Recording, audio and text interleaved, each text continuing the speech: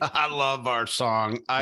You Yeah. still owe me an intro song, Rick Hale. Man, I've got So the we can music. play it. I got to come up with some good lyrics, and There you go. I haven't quite gotten to that yet. It Mojo, is mojo, mojo. Mojo Monday. We rock out. You probably don't hear it because we have to cut it so they don't block us on YouTube. But nonetheless, Rick is promised. He is writing us an intro Mojo Monday song, and it's coming. It's But coming. in the meantime, 2023. That's my campaign slogan. there I'm you writing a go. song. I'm writing the song. I wrote a book in 22. I'm writing a song in 23. Fair enough. All right. Let's have a short, fun, tough conversation for a second. For Mojo this week, I want to talk about choosing hard. And Rick, it's really a top producer game, and I do mean the word game in the sense of if I asked you, hey, what's the last thing that you did that where you chose hard and you did something hard, and beyond that, I want to know that choice you made. If I happened to watch you, it was inspiring to me. What's the last thing you did that you chose that was hard? Well, so even before, let's just frame up what hard is. Let's start Okay. there. And then I'll share mine was clearly writing this darn book, Stop Settling, a guide to a regret-free life. And part of it was, I didn't know that part of me, there's a subconscious part of it that I wasn't sure I deserved to write it or had done enough to write it, or am I really an authority? So part of this, who am I, why am I, and to deserve. But 100% great. let me start here. What is hard? And the answer is anything you've never done that you're uncertain of. That's my simple definition. I don't think that's necessarily Webster's. And when I think back to what was hard, you're like, okay, so as a child, I would think the hardest thing we ever learned to do was talk or walk. Yeah. And you're like, holy cow, too bad, actually too great. Thank God no one told us you couldn't. Because think about, what if we emulated people on all fours, or we never stood up, or, watch a child walk for the first time. It's scary. It's like, I remember my kids, terrified they were just going to face plant into a table. And so everything's They hard. probably did. Yes. And they bruised. Thankfully, they're light and they bounce. Kids' center of gravity is lower, but everything's hard until you do it. Yeah. And so I think about the face, like I like to fast forward a little bit in development in the sense of the first time somebody tries to ride a bicycle, they actually have some cognitive thoughts going on. Like, I'm going to ride this bicycle, and the face of that child that's learning to ride that bicycle would be my forever face of what hard and determination looks like. I mean, you probably see some fear, but you see that determination, that frustration, that intense pursuit of doing something hard. And I love that we're talking about what's hard. To me, it's everything that's not average, everything that's not in the comfort zone, everything that I probably have some fear around, or it's making me really uncomfortable. That's hard. And so obviously you said it was writing a book. We'll just use that for purpose of discussion for a second. It was uncomfortable for you. It was, you had some fear around it. You probably still do, right? Terrified. Yeah. What if you don't like it? What if it doesn't resonate? What if I offended someone in telling my story? I definitely had a turbulent childhood and enough, hard lessons. Speaking of hard, that they make for entertaining stories in my mind. And when I share them, people seem to find them entertaining. So I thought, why not encapsulate it? But part of overcoming hard is commitment. And part of commitment is recognizing the outcome is worthy. And it's important enough just to endure and sustain just, the pain to get there. Yeah. And, and so first is decide why it's important. For me in writing the book, it was, I can't trust my kids' kids. By the time they're around, I had kids late and then they're waiting. I'm 57 years old. It's not unlikely that I'll be 80 before I have, 25, 30 years before I have a great grandkid.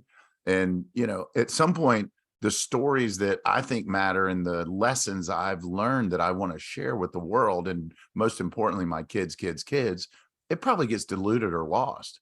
Have you ever, I don't know about, my family origin is Europe, and they endured and sustained a lot of turbulent, and I would love to hear firsthand what their story was like.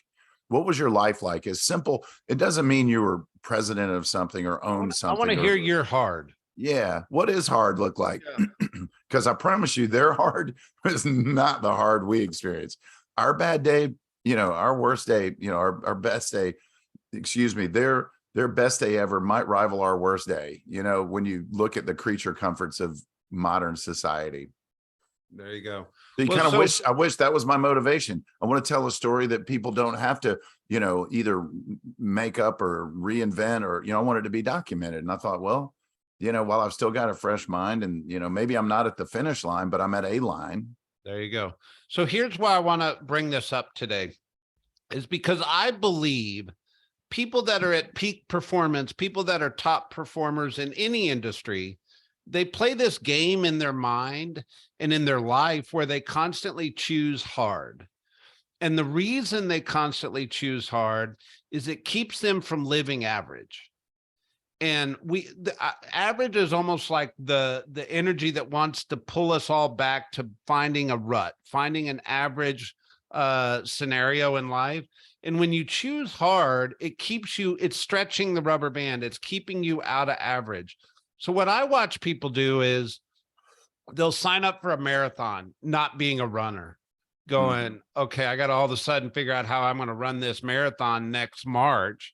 It's hard. Or, one of the popular fitness things now is this 75 hard. Well, you got to do for 75 days, and you got to do this, that, and the other. And it's hard. But they'll do it. Or in a business setting, they'll say, hey, I need to shake up my business. We're in real estate. So they'll do 90 listings in 90 days. Or they'll say, hey, I'm going to do this bold 100 and get 100 contacts in one day. And they're choosing these hard things because it shakes it up. It causes them to live in peak performance. And the other part of this is it inspires others. So last week we were talking about Mojo and being in the community or in the village, right? Well, sometimes we got to inspire those around us. And by doing that, we choose hard. And then it creates that light, that inspiration that people like to follow. Yeah, agreed. And the hurdle used to be how. I would imagine that, if you go back 100 years, someone wanted to, I don't even know what you do 100 years ago. But, how about invent the car? Or how about, like the how is near impossible. Like you had to start with nuts, bolts, and dirt, Yeah. Today, all you have to do is Google. And like the how's not the hard part. It's the community and the commitment, and probably in inverse order. Yeah. I was just sitting there thinking, as you're saying that, we were driving through Portugal, my wife and I, and they had all these windmills. And I was like, how does a windmill turn into electricity? So we Googled it, and it turns the generator, which turns into electricity, all this stuff. And I'm going, at some point in time, how did somebody figure that out? Yeah. Like how? You still didn't describe it in a way that I understand how you turn it. It's probably a good thing. You can there's there's probably magnets and spinning things. But here's the bottom line. And let's a couple of donkeys in the bottom really running in circles. Let's keep this short and sweet. I think with the economy being a little disruptive right now, I think a lot of people are caught in ruts and are a little frustrated with what production is coming from their life, if you will. And they need to probably stretch and go choose something hard. And even if you chose something hard in your personal life, it's going to translate to your business life, because you're changing who you are as a person for that period of time. And I just think to be the best, you got to sometimes choose hard. What would you say? Yeah. I mean, if you want to be happier, do hard things. I mean, it's silly and, short a statement. If you accomplish something that's hard, there's no way the psychic income doesn't give you a boost and give you just a revitalizing energy. And then to your point, that spills over into other things. So pick something hard, whether it's health and fitness or it's a hobby, or, I took up woodworking, and the first thought was, man, even with all these YouTube videos, I know my personality. I need someone to grab me by the hand and drag me through the tunnel. And so I found somebody who's an expert who I could pay an hourly fee to come hang out with me.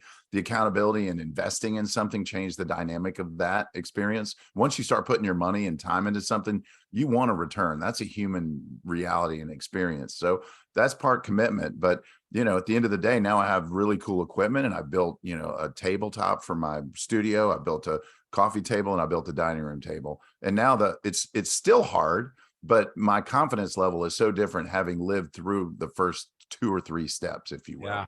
So Good. yeah, hard. So if it's to be, why not me? What does that game look like? And is it a have to or want to? And then, hard defines, honestly, your body craves growth. We were wired, our DNA says we want to grow. And the way to grow fast is pick hard things and commit to it. Yeah. Let's put the exclamation point on that statement right there. Choose hard, because your body needs it. Your body craves it, man. Stop depriving yourself of hard. Hard is good. Hard is good. Mojo Monday, sir. All right, brother. Take care.